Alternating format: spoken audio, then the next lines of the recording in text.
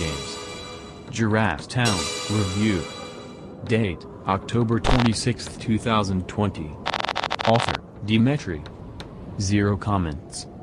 Head, neck, and shoulders above weird. There are horror games, and then there are weird horror games. For an easy example, compare the likes of Silent Hill to Deadly Premonition.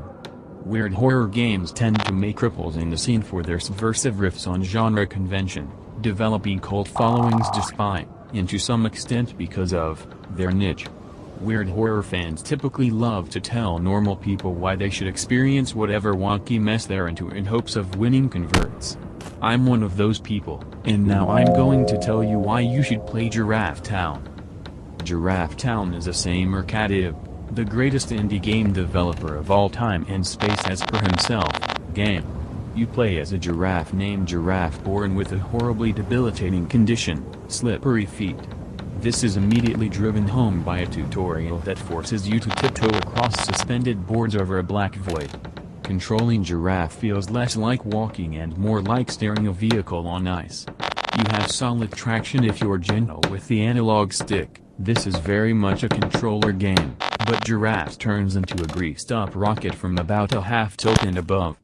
This has left him miserable, only motivated by a chance to meet his pop star idol of choice, love. To accomplish this task, Giraffe needs to make a trek to the other side of town, and that means taking on the road. The road is a rite of passage. This is confirmed in-game by the post-quit screen, which simultaneously offers affirmations and encouragement while robotically chanting, "You suck," because nothing motivates players like confusion. The best bits of GT, and the majority of the game's content, are only for the people persistent and adaptive enough to master the road. Getting over it, this is not. You can and will overcome the road with comparatively minimal patience and persistence. On replays, of which I've done a few now, it's actually quite easy once you've grown accustomed to Giraffe's handling. Though it initially may seem insurmountable, trust me, you'll surmount eventually. When in doubt, just slow it down. Sip your coffee. Pace yourself. You'll get there. In the interest of preserving the game's full effect, I won't be revealing any plot details beyond the road. Suffice it to say that the story veers multiple times, several characters are introduced, the gameplay sees significant changes, and there are cutscenes. Several cutscenes. Several long cutscenes. I'm talking keyama length in some cases, and despite not being voiced, the dialogue cannot be manually advanced. There are a couple moments in cutscenes that are so glacially paced that I briefly thought something had gone wrong during them. I suppose there's a chance this was done to ensure a fresh play wouldn't end before the 2-hour Steam refund window, as Giraffe Town is relatively short, but that seems like a particularly cynical and ungenerous assumption.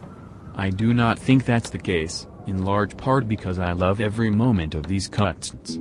They're equal parts deeply unsettling and incredibly funny, switching back and forth between the two seemingly effortlessly.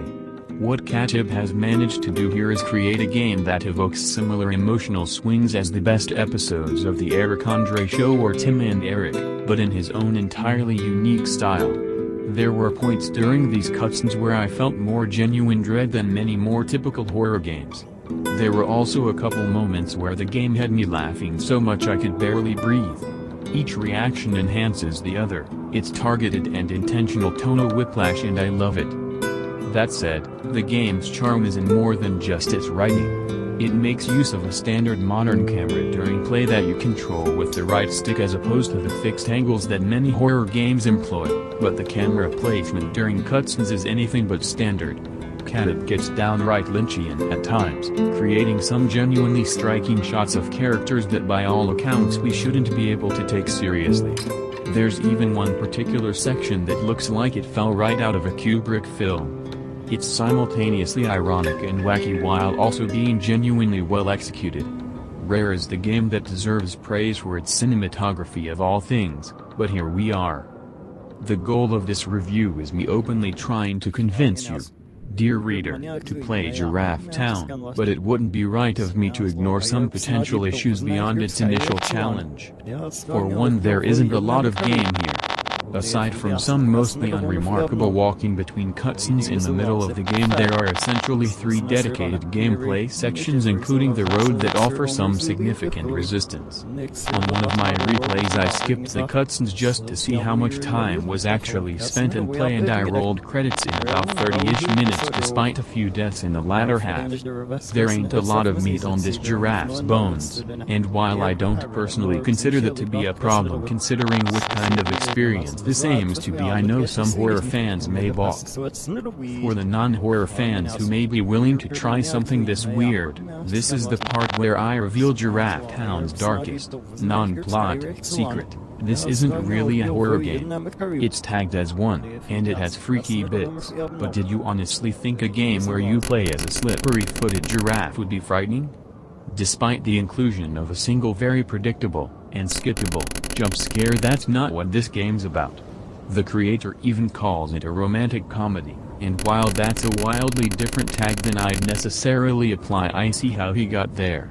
It's a bizarre tale from start to finish, often disturbing or unnerving, but never outright frightening. Don't let it turn you off.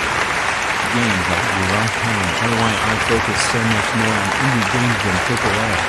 This was some of the most fun I've had with a new game this year. Overcoming its challenges and experiencing its story from start to finish was a genuinely satisfying experience, both on an emotional and gamer level.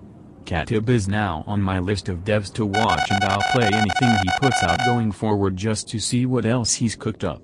I don't expect them to be Giraffe Town because we already have that, but the bar has been set. In closing, please play Giraffe Town. Find love, friends.